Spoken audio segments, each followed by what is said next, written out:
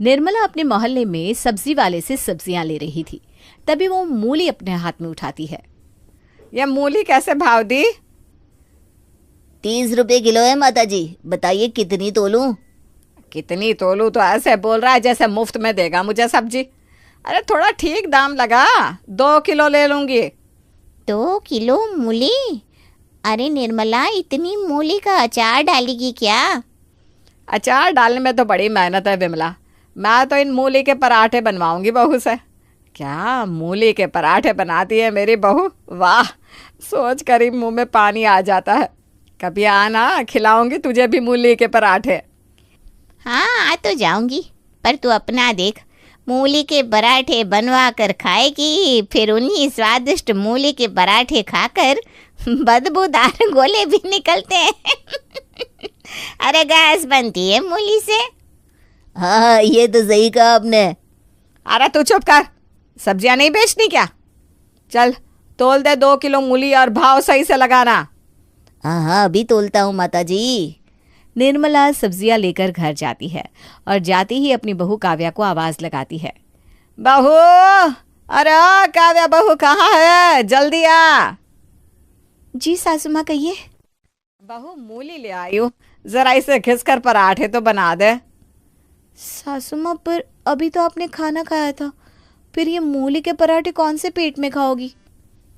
अरे 2 घंटे हो गए खाना खाए मुझे। तू मूली के पराठे बना देना, मेरा बड़ा मन कर रहा है। ठीक है सासू माँ, आप कहती हैं तो बना देती हूँ, लेकिन ज़्यादा नहीं बनाऊंगी। अरे तो बना तो सही, और हाँ, अजवाइन डालकर बनाना, साथ में पुदीने की चटनी भी।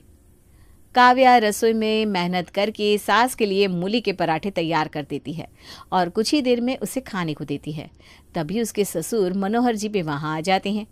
क्या बात है, इस समय कौन से पराठे खाए जा रहे हैं? आपको भी ना मेरे खाने के समय ही टपकना होता है। अब आ गए हैं तो मेरे खाने पर आंख मत लगाइएगा। हाँ, ला बहू पराठे ला। फिर मूली के पराठे? बहू तुझे पता है ना, तेरी सास को मूली के पराठे हजम नहीं होते। मैं क्या करूँ पापा जी, सासू माँ 2 किलो मूली उठाकर ले आई हैं और मुझे पराठे बनाने का फरमान सुना दिया। अब इनकी ना सुनो तो दिक्कत और सुनो तो दिक्कत। अच्छा आप शांत हो जाइए ना, मेरा हाजमा बिल्कुल ठीक है, और बहू से पराठे में अजवाइन डलवाया है मैंने, इसलिए चुप करके मुझे खाने दीजिए। निर्मला दोनों को चुप कराकर मूली के पराठे खाने लगती है और कुछ ही देर में 5 पराठे खाकर एक डकार लेती है। ओह, वाह जी वाह, आज तो मज़ा आ गया। मूली के पराठे की बात ही अलग है जी। काव्या की सास को मूली के पराठे बड़े पसंद थे। वो हर कुछ दिनों पर बाजार से मूली ले आती और बहू को पराठे बनाने का फरमान सुना दिया करती। एक सुबह नाश्ते में मूली के पराठे देखकर पवन कहता है, आज फिर से मूली के पराठे? काव्या, क्या हो गया है तुम्हें? तुम इतने मूली के पराठे क्यों बना रही हो? अरे मैंने कहा है इसलिए, वो आज कुछ सब्जी नहीं थी ना घर में, तो मैंने ही बहू को पराठे बनाने को कहा। हाँ, ताकि हमारे बहाने आप ये मूली के पराठे खा सके। माँ, ये आपकी सेहत के लिए सही नहीं है। अरे बेटा, तुम मैं कौन सा भर भर के खा रही हूँ, 5 से 6 ही तो खाती हूँ। 5 से 6 क्या कम होता है भाग्यवान? अरे खुद तो खा रही हो, साथ में हमें भी खिला रही हो, चाहती क्या हो? ओहो, अब बन गया है तो खा लो ना, खाने के समय कितनी बातें करते हो सब। सभी को वो मूली के पराठे खाने पड़ते हैं। कुछ ही देर में मूली के पराठे अपना कमाल दिखाते हैं और निर्मला के पेट में गैस बनने लगती है। मेरा पेट, लगता है फिर से हाजमे की दिक्कत हो रही है। बड़ा पेट दर्द कर रहा है मेरा। एक काम करती हूँ, चूरण खा लेती हूँ। कहाँ रखा है चूरण? अब निर्मला पेट पकड़े चूरण लेने के लिए कमरे की तरफ जा रही थी। तभी वो एक बदबूदार पात छोड़ देती है, जिसकी बदबू से वहां से गुजर रही उसकी बहू काव्या नाक बंद कर लेती है। हाय हाय, इतनी गंदी बदबू कहाँ से आ रही है? अब हाँ बहू, बहुत गंदी बदबू आ रही है। लगता है घर में कोई चूहा मर गया है। चूहा? पर अपने घर में तो चूहा है ही नहीं सासू माँ। अरे कैसी बात कर रही है बहू, कल ही ना मैंने एक मोटा चूहा देखा था। उसी समय निर्मला 2-3 बार पाद मार देती है, जिसके बाद तो जैसे उसकी बोलती ही बंद हो जाती है। वाह सासू माँ, अपने बम के गोलों की बदबू को चूहे मारने की बदबू बता रही हैं।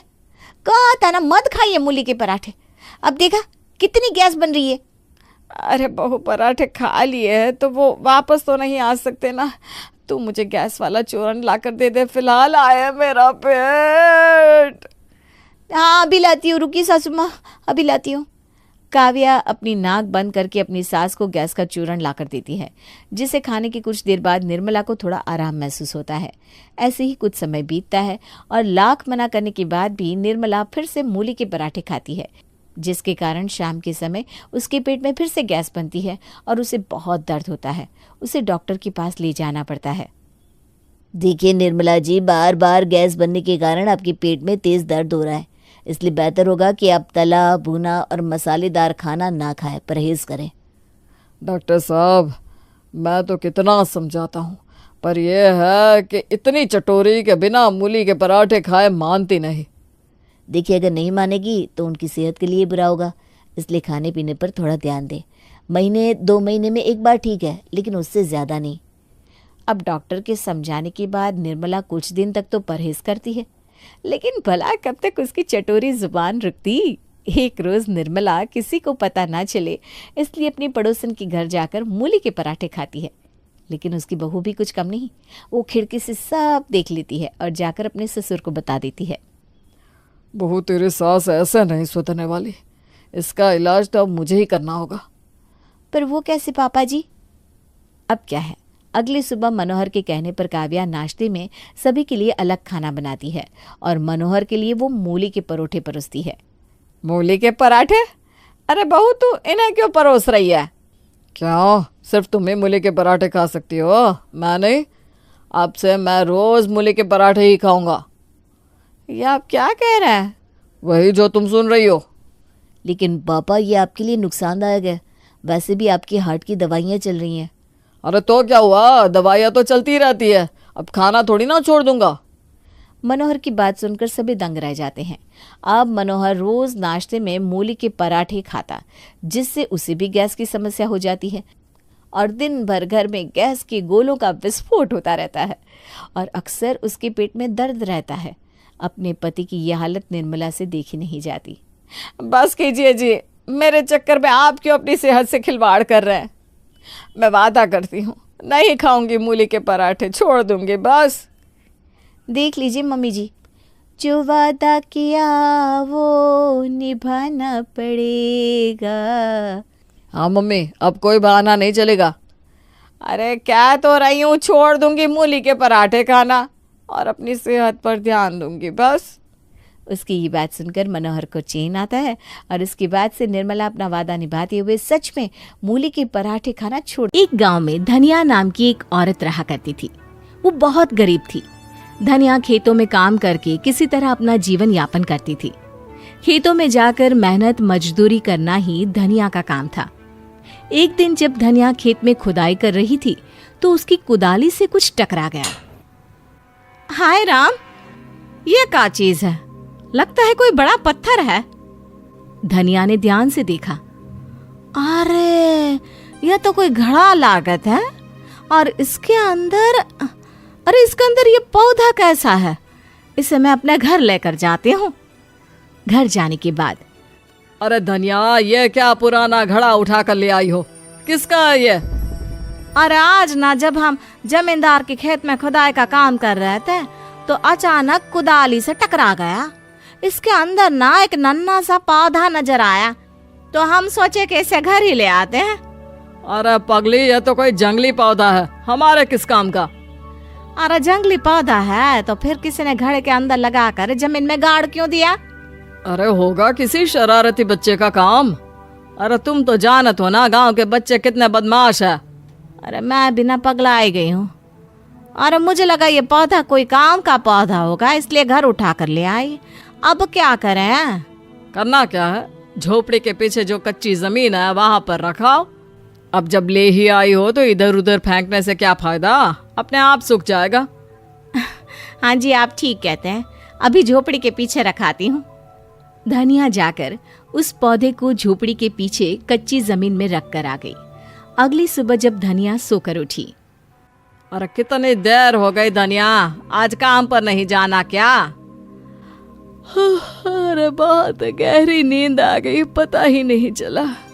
अच्छा कोनो बात नहीं, जरा एक काम कर दो, मेरा फावड़ा झोपड़ी के पीछे रखा हुआ है, उसे लेकर तो आओ। हाँ जी, अभी लेकर आती हूँ। धनिया अपने पति का फावड़ा लेने के लिए जैसे ही झोपड़ी के पीछे गई, उसने देखा कि वो जंगली पौधा जो धनिया खेत से लेकर आई थी काफी बड़ा हो चुका है और उसमें सुनहरे रंग के फल भी लगे हुए थे। ये देखकर धनिया की आंखें हैरानी से फटी की फटी रह गई। वो दौड़ती वापस आई। अरे गजब हो गया जी, गजब हो गया, ऐसा तो हम कभी सपने में भी नहीं देखे।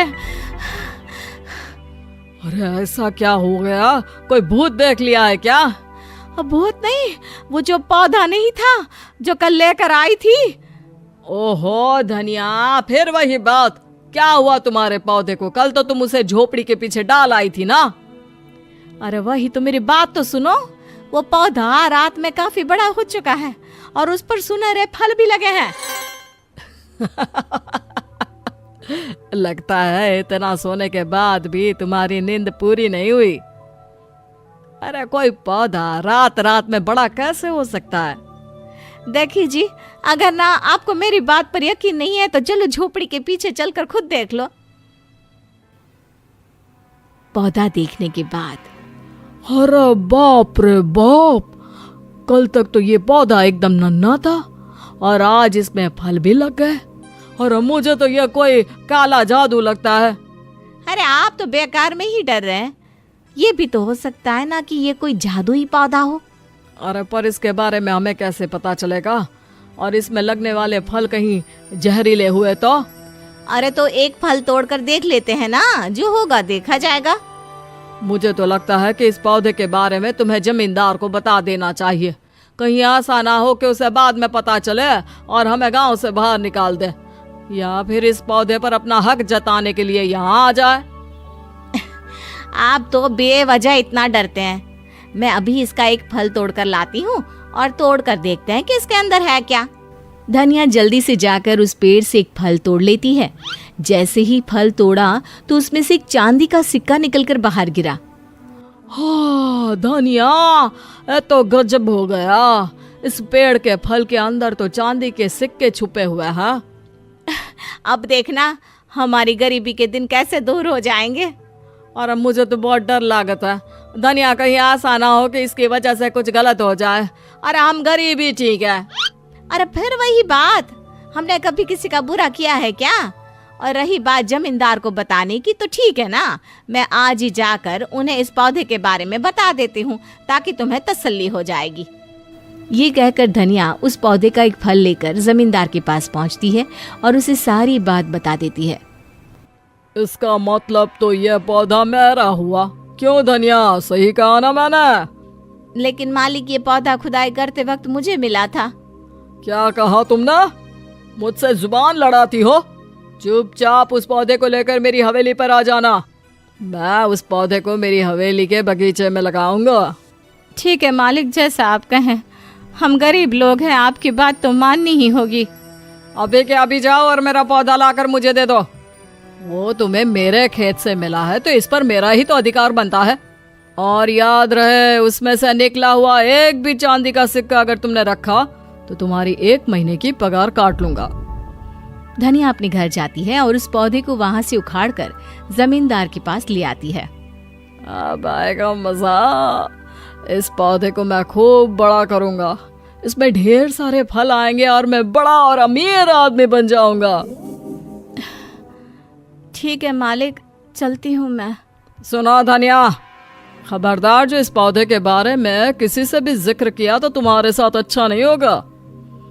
जमींदार ने पौधा धनिया से लेकर अपने बगीचे में लगा लिया, लेकिन अगली सुबह जैसे ही जमींदार अपने बगीचे में गया तो उसने देखा कि वो पौधा काला पड़ गया था। उसने धनिया को बुलाया। मुझे बेवकूफ समझती हो? तुमने मुझे गलत पौधा ला कर दिया है। ये देखो, ये पौधा तो रात रात में काला पड़ गया। नहीं मालिक, मैंने आपके साथ कोई बेईमानी नहीं की। आपके डर की वजह से मैं आपके साथ बेईमानी कर भी नहीं सकती। ये वही पौधा है जो मुझे आपके खेत से मिला था। तो फिर रात में काला क्यों पड़ गया?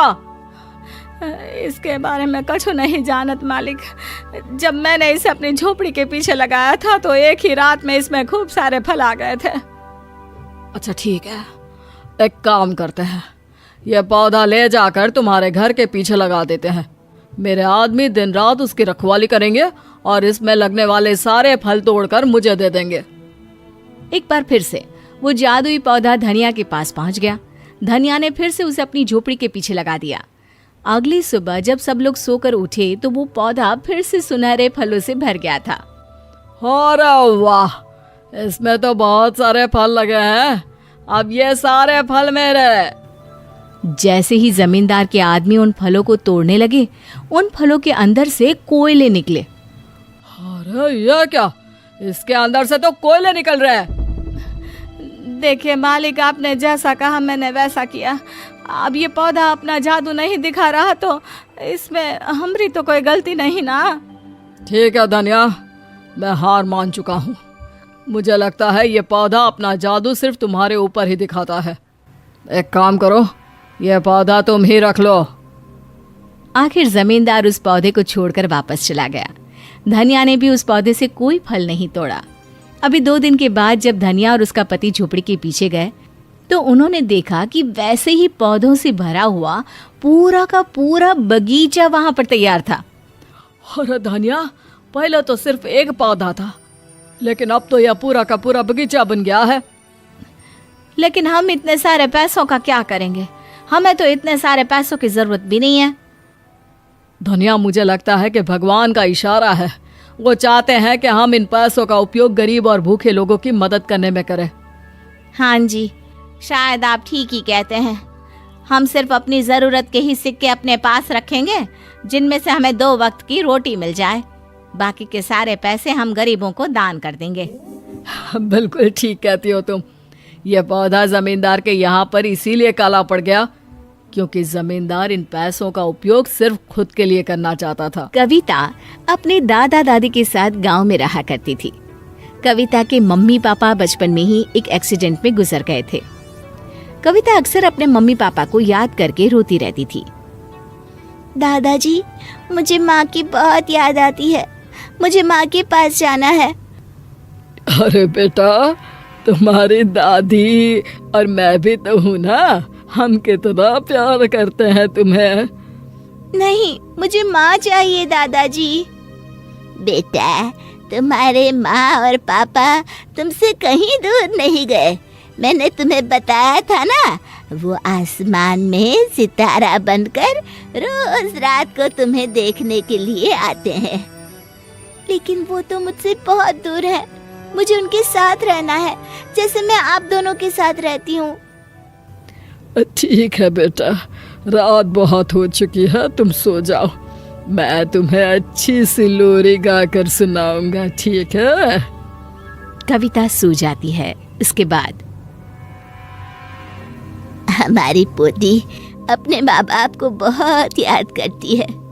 कुछ समझ में नहीं आता हम क्या करें। कल मैं अपनी पोते को सेब के बगीचे दिखाने ले जाऊंगा। हमारे गांव से बाहर सेब के बहुत खूबसूरत बगीचे हैं। शायद उसका मन थोड़ा सा अच्छा हो जाए। हाँ, आप ठीक कह रहे हैं। कल आप उसे घुमाने ले जाना। बच्ची है, मन जल्दी ही बदल जाता है बच्चों का।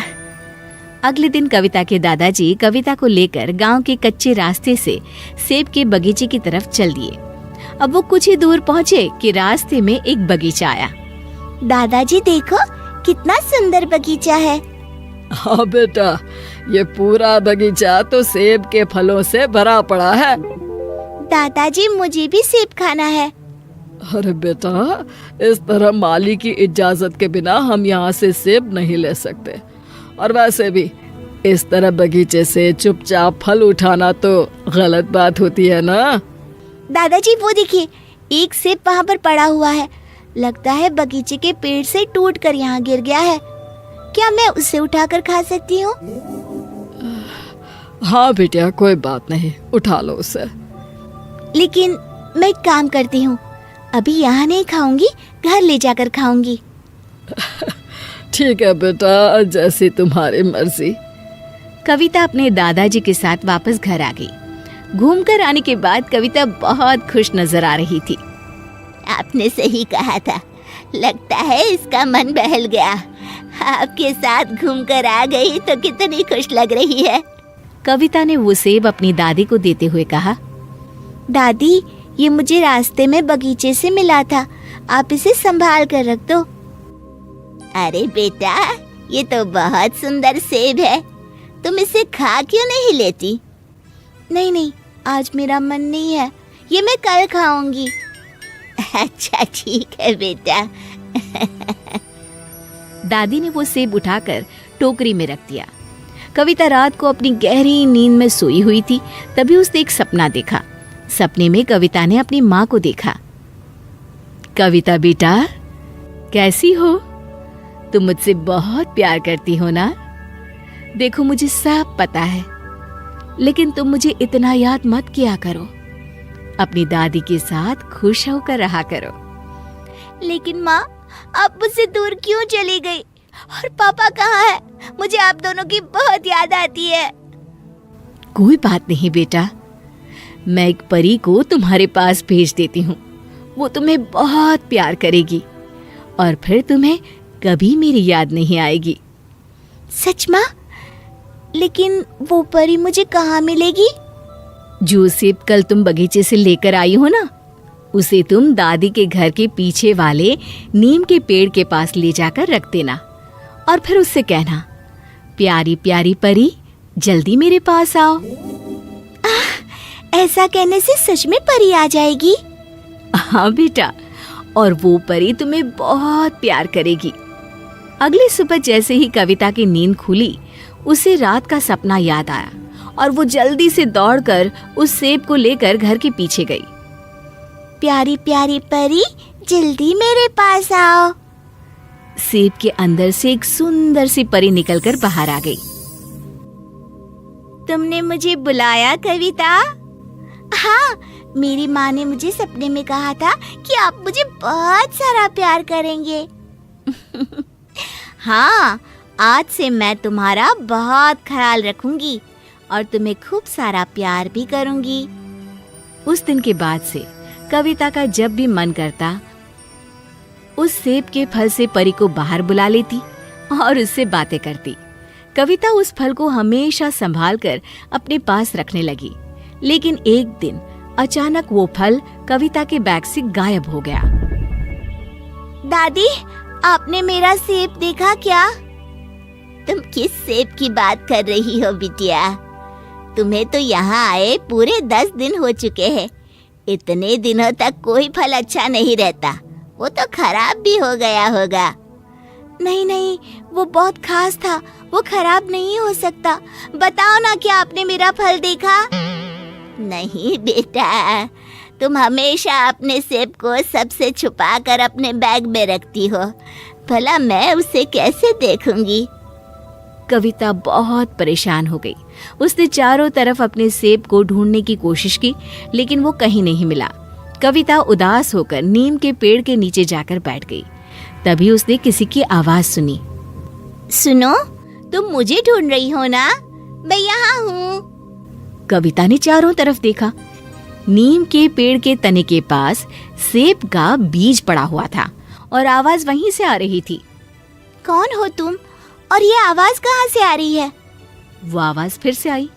यहाँ हूँ मैं, तुम्हारी परी हूँ, तुमसे बहुत प्यार करती हूँ। कविता ने आगे बढ़कर उस नन्हे से बीज को उठा लिया और पूछा, क्या तुम बीज के अंदर हो? हाँ, मैं यही हूँ, ठीक पहचाना। लेकिन मेरा सेब कहाँ गायब हो गया और तुम यहाँ कैसे आ गई? तुम्हारे घर के पड़ोस में जो राजू नाम का लड़का है, उसने मुझे तुम्हारे साथ देख लिया था और उसे पता चल गया था कि मैं इस सेब के फल के अंदर रहती हूँ। उसने उसे चुरा लिया। कल रात को ही उसने उस सेब को काट कर यहाँ फेंक दिया था, लेकिन मैं बीज के अंदर थी और इसलिए बच गई। लेकिन परी, तुम बाहर क्यों नहीं आ रही हो? मुझे माफ करना कविता, अब मैं बाहर नहीं आ सकती। हाँ, तो फिर मेरे साथ कौन खेलेगा? कौन मुझे प्यार करेगा? कोई तो तरीका होगा तुम्हें बाहर लाने का। तुम एक काम करो, यहाँ नीम के पेड़ से कुछ दूरी पर इस बीज को जमीन में गाड़ दो। कुछ ही दिनों में एक पौधा निकल आएगा। तुम्हें उसकी बहुत देखभाल करनी होगी। ठीक है, मैं दिन रात मेहनत करके उस पेड़ की देखभाल करूंगी। ठीक है, और कुछ सालों के बाद जब उस पेड़ में फल आने लगेंगे तो तुम गरीब छोटे बच्चों को वो सारे फल बांट देना। ठीक है, मैं तुम्हारी बात मान लूंगी। कविता ने उस नन्हे से बीज को जमीन में गाड़ दिया और उसकी मेहनत के बदले कुछ ही दिनों बाद वहां पर एक नन्हा सा पौधा उगाया। अब कविता का ज्यादातर वक्त उस पौधे की देखभाल करने में बीतने लगा। धीरे धीरे वो सारी बातों को भूलकर उस पेड़ की देखभाल में व्यस्त रहने लगी। कविता के दादाजी और दादी जी भी उसे इस तरह खुश देखकर बहुत खुश रहते थे। उस पेड़ में जब भी कोई फल लगता, कविता वो फल गरीब बच्चे को दे देती थी और इस तरह से कविता ने गरीब भूखे बच्चों की मदद करना सीख लिया। यही उस जादुई परी का असली रहस्य था।